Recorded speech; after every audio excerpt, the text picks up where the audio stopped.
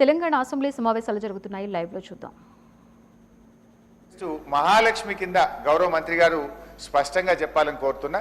ప్రతి నెల ఎంత చెల్లించాలి, ఇప్పటి వరకు ఎంత చెల్లించారు, ఇంకా ఎంత రాష్ట్ర ప్రభుత్వం ఆర్టీసీకి బకాయి పడి ఉంది. నాకు తెలిసి దాదాపు 1000 కోట్లకు పైగా రాష్ట్ర ప్రభుత్వం ఆర్టీసీకి ఇవ్వలేదు. ఇవ్వకపోవడం వల్ల ప్రతి నెల కూడా ఆర్టీసీ కార్మికులకు జీతభత్యాల విషయంలో చాలా ఇబ్బంది జరుగుతూ ఉంది. ఆ విషయాలు ఎంత ఇచ్చారు, ఏ నెలలో ఎంత ఇచ్చారు, ఇంకెంత బకాయి ఉంది స్పష్టంగా మంత్రి గారు చెప్పాలని చెప్పి మేము కోరుతా ఉన్నాం అధ్యక్ష. అదేవిధంగా ఆ మధ్య ముఖ్యమంత్రి గారు నెక్లెస్ రోడ్లో కొత్త బస్సులు ప్రారంభించే సందర్భంగా ఒక చెక్ ఇచ్చారు.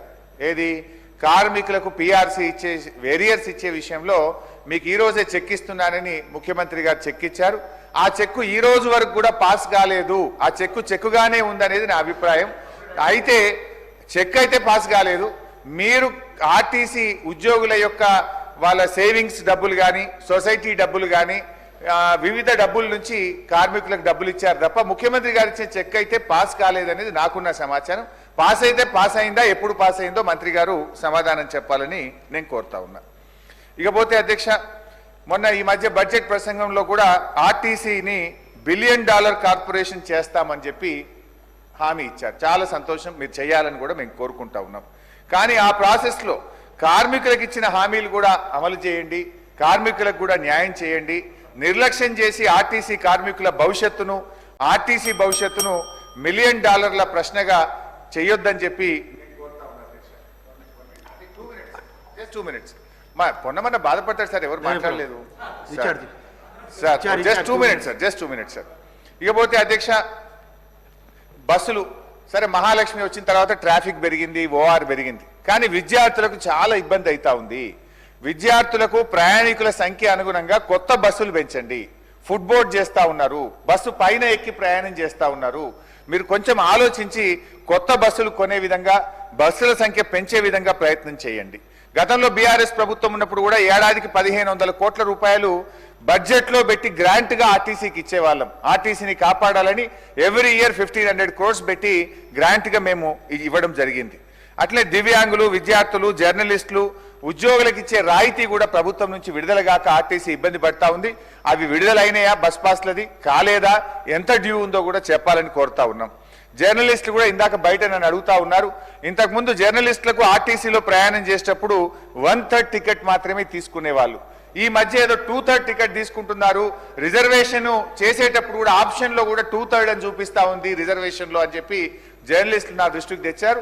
ఒకవేళ 1/3 ఉంటే సంతోషం, లేకపోతే రివ్యూ చేసి గతంలో ఉన్న పద్ధతిని కొనసాగించాలని గౌరవనీయులైన మంత్రి గారిని కోరుతా ఉన్నాం. లేబర్ డిపార్ట్మెంట్ రూల్స్ ప్రకారంగా 8 గంటలు మాత్రమే డ్రైవర్లు, కండక్టర్లు పనిచేయాలి. కానీ ఈ మధ్య ఓవర్లోడ్ అయిపోయి చాలా మంది డ్రైవర్లు, కండక్టర్లు 16 గంటలు, 18 గంటలు పనిచేసి బాగా శ్రమకు లోనవుతా ఉన్నారు.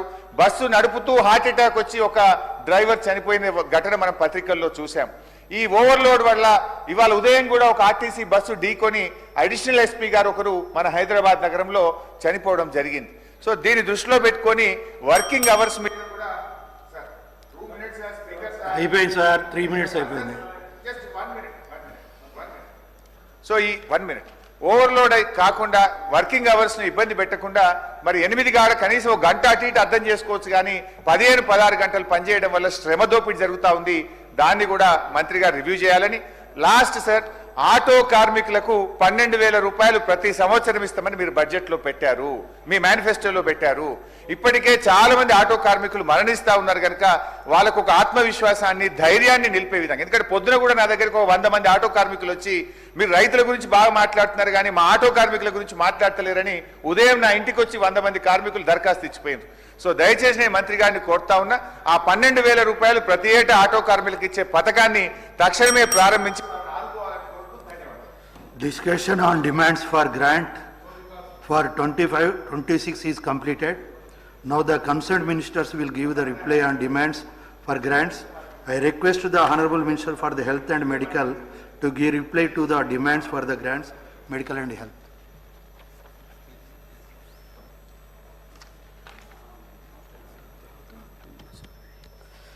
అధ్యక్ష, గౌరవ సభ్యులందరూ కూడా